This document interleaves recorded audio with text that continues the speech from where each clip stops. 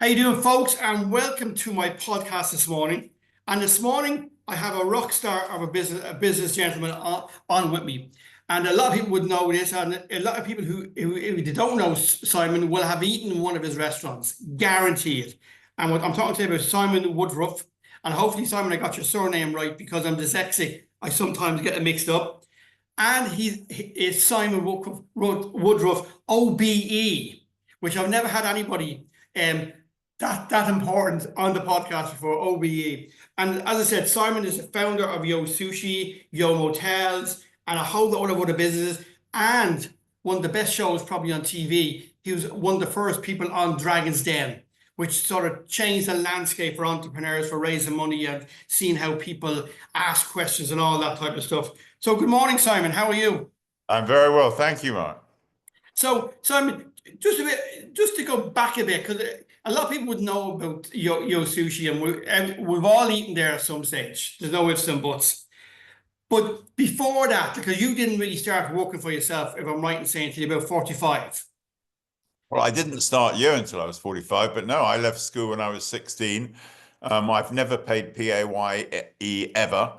I was a roadie originally, and then in the early 70s, the rock shows, I used to do the lighting, and the rock shows started to want production, and I'd worked in the theatre for a bit.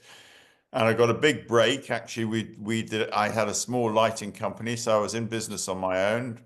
And we got the job to do a Rod Stewart tour, and he wanted a big stage set, and I became a stage designer. And that's what I did right the way through the 80s, through to Live Aid in 1985. And then I was in the television business, selling television rights. So I've always been in small businesses.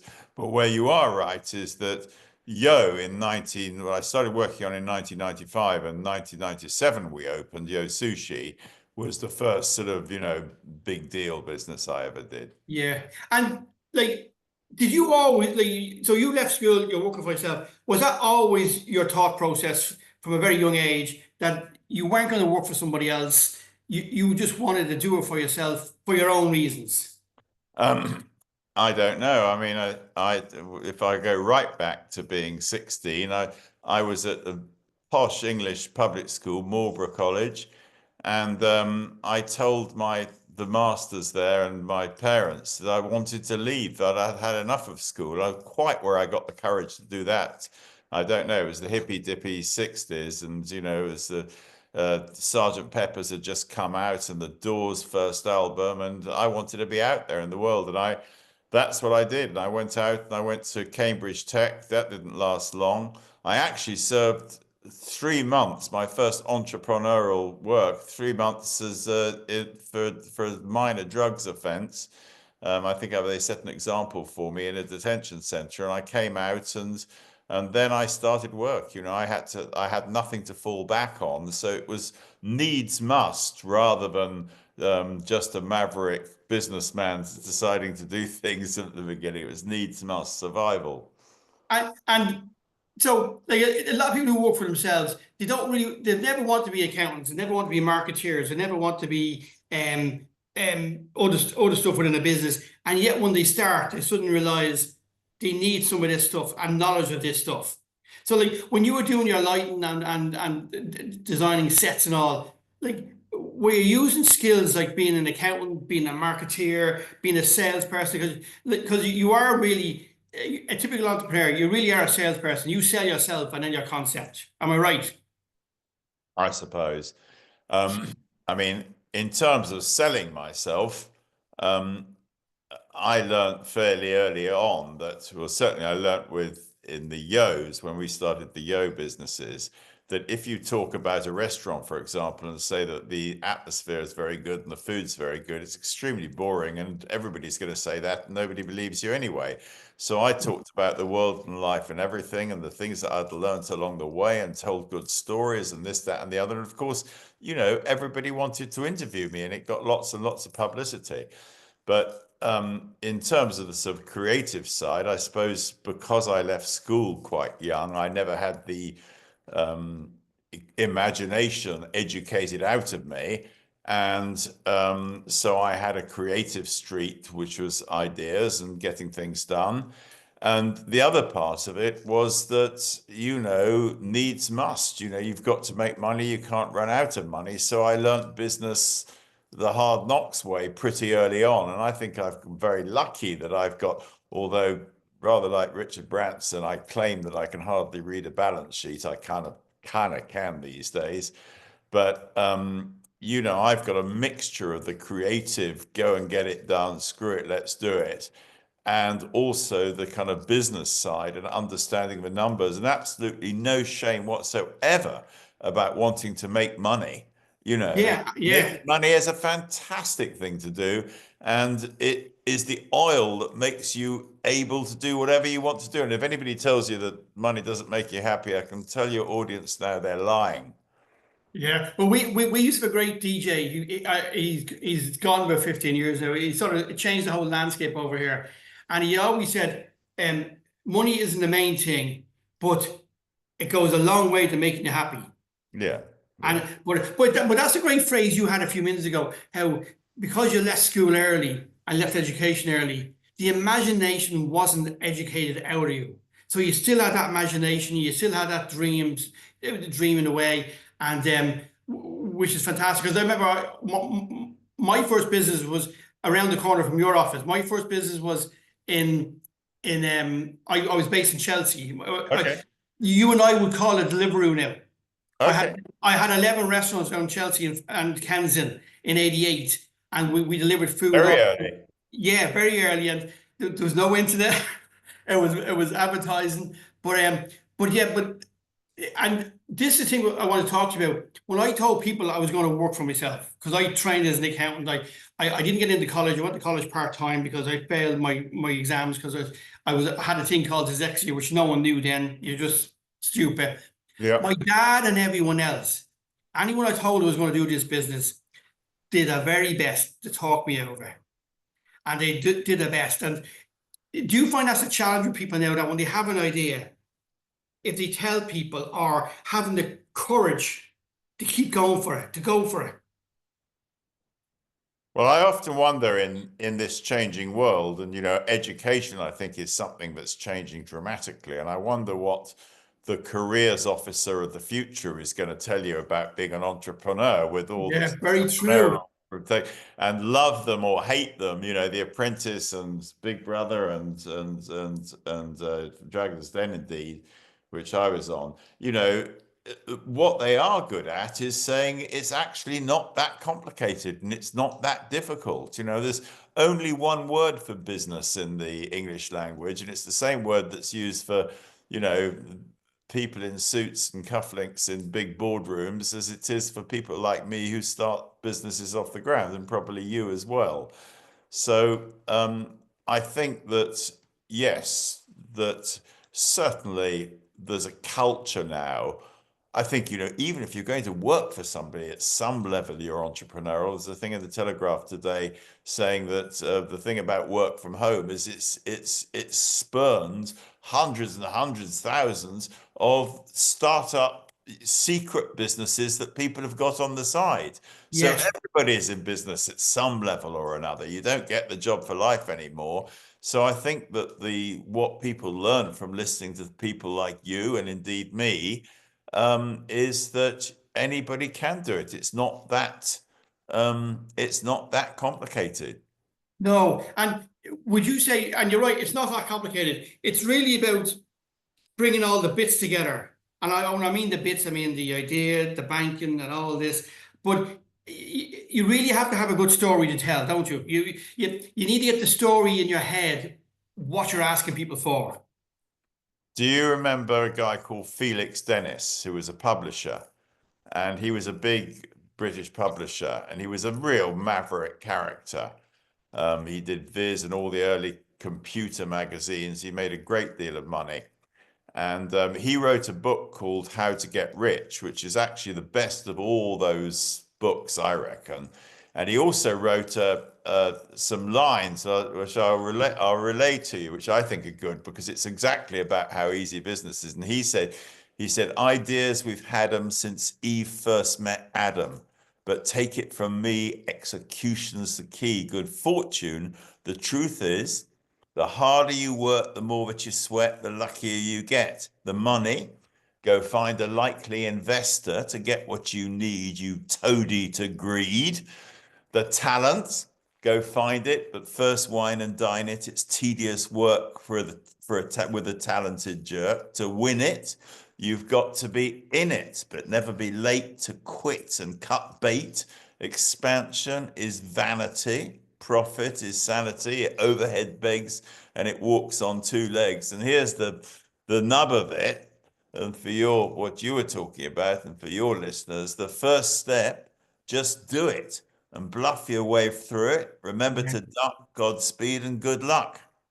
Very good. I have to get that through. That's very good. Very good. Says it all, doesn't it? It says it Yeah, all. it does say it all. And even when I meet people and I talk to people, the one thing I find like, it interests your opinion, people always seem to want to wait till everything's ready rather than just, as you said, start. Just go for it. They see, like nowadays, everyone wants to have this bit ready, that bit ready. I can't launch this because that bit's not ready. But just go, do it. It's so true. You know, my mum always used to say there's never a convenient time to have babies. And I think it's the same thing with businesses. There's never a convenient time. And I hear a lot of people, because of course, a lot of people write to me and ask me about these things. And I'm doing my business plan and they sit at home refining and refining and refining.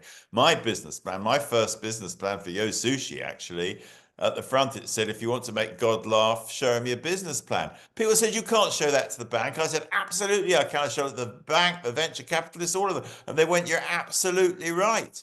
But, you know, business, I say to people, business is, you know, when you're starting something, it's always messy. Get out there and let it be messy. Show who you really are. The business plan is something you leave behind for somebody to read later. People want to know who you are. And my question to people is, have you ever met an investor? Have you ever met a bank? Have you ever met a venture capitalist?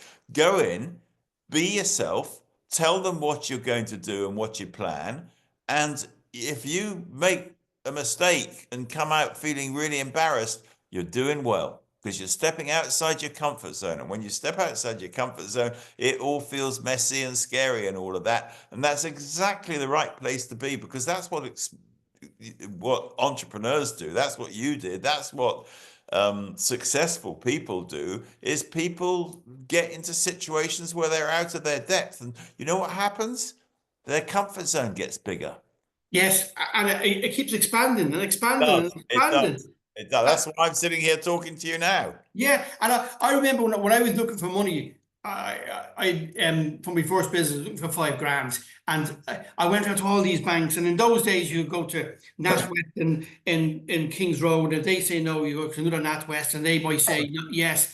Well, I think it was on the 15th bank, and I did all my presentations. As you know, there was no computer, so they cost money to print out. And I went into a bank on right around the corner from where I lived. It was on the Kensington High Street, and a lovely lady called Mrs. Marks. Yeah. And she just asked me one or two questions about myself. Just that. And then she said, okay. And I said, okay. And she went, okay. Come back tomorrow and that'll be in your account. And I said, sorry? But she had bought into me. She didn't want the business plan. She, like you said, she took the plan, put it in the file. I would say the lady never opened that file ever again. And it's true. I see people with spreadsheets thinking if they put a different number in, the business will look viable. Sure, it's not viable until you open the door, till you get out there and start selling. And so with Yo Sushi, you got a lot of PR because of the concept of the conveyor belt. And yeah, it was outrageous. Yes, it was. I've never seen anything like it. It was very televisual. We had the conveyor belts. We had those robots that used to drive around the restaurant. They used to swear at night. They used to say, one of them used to say, move your fat ass. Somebody's got a fucking job to do in this restaurant. People would go, amazing. You know, I can't believe it said that. Yeah, and that type of thing really propelled you, didn't it? Because it made other people PR-wise listen to you and see what you were doing, and that moved the whole thing forward. Look, there's all sorts of ways of doing business, and everybody's got their own way. I've met very creative people who've done incredible things, who've put their head above the parapet and everybody notices them. And I met very, very boring people who've just reinvented something that already exists. They do it in a very, very dull way, and that works as well. Yeah. So whoever's listening, you've got to find your own way and your own way of doing it. Probably you and me, Mark, were a bit more kind of loud and brash, but you don't Yeah. have to do it that way. But I do think that you have to be able to go on a screen like this or stand in front of people and be yourself and show who you are. And like that back manager you met, there's a bit of them that goes, I kind of trust this guy. I've got an instinct. I've been around long enough to be able to tell. That's what venture capitalists and back managers, they've been around. They can tell when somebody's bullshitting. They can tell. They've got an instinct for it. And then if Yeah. you've got a little business plan you could leave behind, you make it interesting, all the better.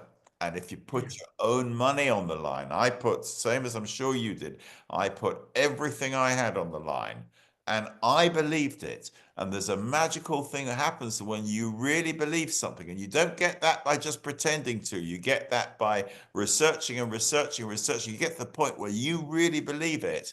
It's very convincing to other people. Yeah. And I think it gets more convincing, Simon, because I gave up work. I was assistant chief accountant for Student Travel Australia. So I resigned. And my girlfriend, who's now my wife, we had a rent to pay. So I I was hungry. As you said, you had to make money. Yeah, I wasn't working in another job. I had to make money. I had to do it to make it work. But do you worry nowadays when you see the way everything is going that the people who are outlandish like yourself and Richard Branson, that the world is getting smaller for those people because people want everything in boxes and like they shy away from the people shouting these great ideas. Like I always say, if the inventors of Google or the Rubik's Cube went into a bank now, they'd kick them out the back door. Yeah, I mean, I think I always say throw away the marketing budget. That whether it's marketing by being doing what I do, or whether it's marketing by doing advertising or social media or whatever it is, just throw it away. Spend your time and your money on doing whatever you're doing really, really well. And if you can make it interesting so that people go, the question I always want people to ask is, that is so obvious. Why didn't somebody do that before? Or the postcard or the mail you send to somebody and you say, you've got to see this place. It's really interesting. That is so I love that is so obvious. Why didn't if I'd done market research of do you want to eat raw fish off conveyor belts with robots serving the drinks, I wouldn't have got anywhere. If I'd done with our No. hotels, would you like to sleep in a 7 square meter room with no natural light? Everybody's going to say, no way, Jose. When people walked in, they went, oh, this is what I want, one of these at home. This is great. Well, I know I sent a message here early on in the year. I stayed in one of your places in Glasgow, and my wife had booked there, and I said, "How big is it? What's it like?" It was fantastic. Like it was absolutely because my daughter was doing Jojo was doing a competition in Glasgow for a thing called High Rocks, and but the Yo Hotel is spotlessly clean, fantastic staff on the reception desk, and the room was fantastic. It was the whole concept was brilliant. Now, like, and people would say, "Well, Mark, you're older. Would you not stay in a different hotel?" But it was absolutely brilliant. Absolutely Well, I brilliant. think we're in the middle, and I was originally going to do Japanese capsule hotels, and this was 30 years ago. Hotels. and in Japan. And of course, in Japan they work, and in the East they work because people are very, very disciplined, and they're good culture, and we're not like that in Britain. But somebody is now doing I've just heard the other day, doing a 200-bedroom capsule hotel in the West End, and I don't know what it'll cost, but 40, 50 quid a night, and you share bathrooms, but you sleep in these capsules. But if you get the detail right of the systems, people are Yeah. going to keep them clean, just the same as when you go to McDonald's, you clear away your own plates and you keep the place Do. clean. And Yeah. I think today it will work, and those guys have done it well. I wish I'd done it. Yeah, I know, it's fantastic. And actually, and the other thing was anyone listening would say just two things. One, people should read your book, I forgot the name of it. Book of Yo. Book of Yo. Book of Yo, Book which of is Yo. free and online. It is free and online, and if you go to yo.co.uk, you actually read it online. It's fantastic. But the other thing, there's an awful lot of inspiration comes across is on your Instagram. The one I love the best at the moment is the one I love the best is where you explained about the ATM machine is gone, where you went that first time when you got the first 2 million, and you went to the ATM machine to look at the balance. I can remember doing that for another business of mine, and I said to myself, isn't the feeling you must get and you wanting to show other people behind you, it's a real reward for what you've gone through, isn't it? Yeah, no, exactly. No, it was a reward, but it was also a relief, because those early businesses, which you're relying mostly on your own money or friends and family, what we used to call it, friends, family, and fools, because the venture capitalists aren't going to lend you at the very beginning of something, but Yeah, to relief to have got it to the next level up and you've got some proper money in, is yeah, really, yeah, as you yeah. say. Yes, I turned to the guy behind me in the queue, and he was coughing and spluttering, and I said, "Copper, look at this, mate." Yeah, no, it's a great feeling when and that's I suppose the thing to try and get through to young people and people starting their own business. There is a great satisfaction when you stand there. And if there's a restaurant and all your tables are full, or you're selling a product and your product is going out in the vans, or the phones are ringing, there is a great satisfaction in standing there thinking, I started this. This is all came from my head, isn't Yeah, there? that's absolutely right. I describe it as this, and for your listeners who are thinking about an idea, the satisfaction comes, and the money and everything, from something that you imagined in your own mind, and then it gets to reality. And what I think you were referring to earlier, but when you talked about just do it, it's just, if you can actually, if you can't imagine what your product's going to be, or what's going to happen in the next couple of years, or what the process could be, you're probably not going to get there. But if you can imagine it, then it is conceivable that you could do it. And I never met the person who went out to do what they dreamed of doing and regretted it, regardless of whether they succeeded or failed. But I met many, many people who said, "I wish I'd done that." And of course, if you do fail at something and it does go wrong, you've learned so much. I always used to say that to people when I was a Dragon on Dragon's Den. Rachel Elner, who was on the first Dragon's Den with me, went very publicly bust. But I said, go and ask Rachel, because she's been close to the edge. She's Yeah. probably going to know more than somebody who's just swanned their way through it. Not that I think there's many people who do swan their way through it. I think, most people who start up Subway. I met the Subway guy, Fred DeLuca, in New York once, and he told me that the first four Subways, he had an investor, and the first four Subways didn't work. None of them worked. They didn't make money. He was losing money hand over the foot, and this guy was coughing up the money. And luckily, the fifth one did work, and that's when he built that enormous company. Yeah, and it really is about flying by the seat of your pants and having, like, I call it a roller coaster. And my kids have to drag me on the roller coasters. But I describe it as one day the banks love you, the next day someone hates you, something's gone wrong, someone hasn't paid you, the next day it's flying. Like, it's really, like, if you get working for yourself, it's not your 9 to 5. It's just not your 9 to 5. It's a different mentality, isn't it? It's just a different. You need a different mindset. Yeah, that's right. That's right. Anyway, needs must. If you don't have anything to fall back on, you make it work one way or another. You do, yeah. I certainly, for quite a long period of time, I'd think twice before breaking into a fiver. While you had Yo Sushi. Well, as well, when I really started up, I spent 2 years. It took me 2 years to develop and open Yo Sushi. I was Yeah, going to open at the end of year one, and I had a site all lined up at the end of year one, and it was in Poland Street in Soho, and yeah, the people who owned it, who was actually the Swedish government, pulled out a property, and I lost my deal. And I was very lucky because in that second year, eventually I got the deal back again another year later from the new owners. And we opened in Poland Street in Soho. And if I'd opened at the end of year one, I would have opened a typical Japanese conveyor belt sushi bar, and all the things happened, the conveyors and the robots and all of that, that made it a big deal when we opened, and got all that attention. brilliant. And just on social media and all that, do you think age-wise that an awful lot of people now think to be an entrepreneur you have to be young, where really there's no age. You could be 30, 40, 50, 60, 70 to start a new business. Would you agree with that?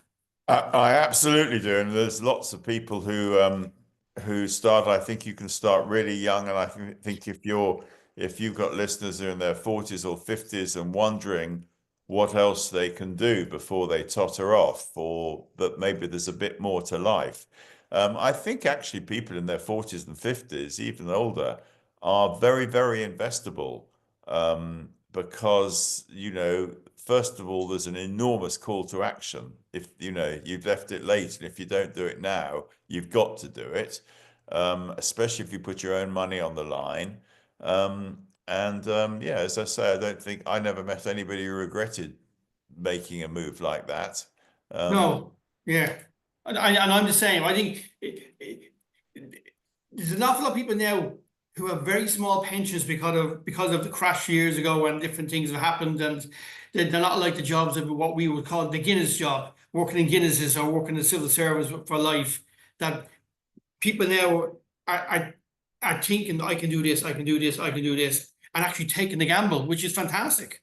Absolutely. And funnily enough, is that one of the things that I see a lot comes through my mailbox is people saying, if you want to learn AI, and you're 40 or 50 or 60, we can teach you. And I Yeah, thought that's very interesting, because I mean, it could be about learning anything, but AI is probably the one that most older people are the most scared of. And they're saying, we true. can absolutely teach you that. So, to go off and do something we talked about the comfort zone earlier, that's out of your comfort zone at an older age, and to just have a go at it, you're absolutely capable of doing that. You've got the Yeah. brain to do that. And it's good for the brain, it's good for the head. Because the Yeah, older you get, and, you need to and keep it's the not head active. always comfortable. It's not always comfortable doing something new or learning something new. It's not always comfortable. If you have to feel uncomfortable for 3 months or 6 months or a year, that is a very good place to be. It I is. would say, if you're younger and you feel disenfranchised, you feel angry, you've got a bit chippy, you're one of the difficult ones, you're in a very good place. Those are the people who go out and do things. And if you're older and you think, oh, I've missed the boat and I've done this, that, and the other, let that feeling happen to you, because that could get you out of bed. It could, yeah. And let's face it, one of the most well-known companies is Kentucky Fried Chicken. He started when you were 60 and you had no pension. That's absolutely right. So the world is really freed up. When I was a kid growing up, I thought I was a climber and a sailor. I thought all the oceans had been sailed, all the mountains had been climbed, all the businesses had been done. And what happens is the world changes every 10 years, It and does. it's this new opportunities. And one of the opportunities now, it doesn't matter who you are, what background you come from. You don't have to have all that education. You can come from any background. You can do anything. When I started Yo, I learnt accounting. I learnt how to do my own accounting online. I learnt CAD drawing, so I could do all my own drawings, because as soon as you give it to an architect, they go off they cost a fortune and go off. Absolutely, I yeah. learnt how to read legal documents, and I did it myself. And more than ever today, you're better off reading your own legal Yeah, documents. You completely agree. don't need all these consultants. to the point where I, if they were going to do something on their own, if they were any good, they'd be doing it themselves instead of being getting themselves. That's not entirely true. And the fact that I call it the C word isn't entirely fair, but it has got some truth in it. Yeah, no, yeah, I can agree with you there. I can agree with you there. So, and what's next for you, Simon? Like you're still very busy. You're still doing talks. Yeah, and you're still doing media. And your book of Yo is fantastic. And I'd recommend that anyone sit down for an hour or 2 hours to have a read because it's laid out really well and really easy to follow with videos and all. It's fantastically laid out. What else are you? What's keeping you Well, I just excited? wrote I just wrote an autobiography, which is why I'm doing the social media, and we're building that up, and that'll come out next year sometime. And what's that called? What do you think that's called? Well, one is called the Book of Yo. It's just the Book of Simon. It's called Yo Man, Yo, man, fantastic.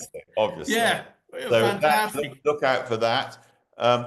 What I have got, we've just got a new thing. I'm down here up in northern Spain, which I did with Gerard Green, who is my partner in YOTEL, who left eventually. And he's invented this new thing, this new hotel concept called off grid, which is, exactly what it says on the box. It's amazing out here. And we're doing the first one out here, and we'll see where it goes.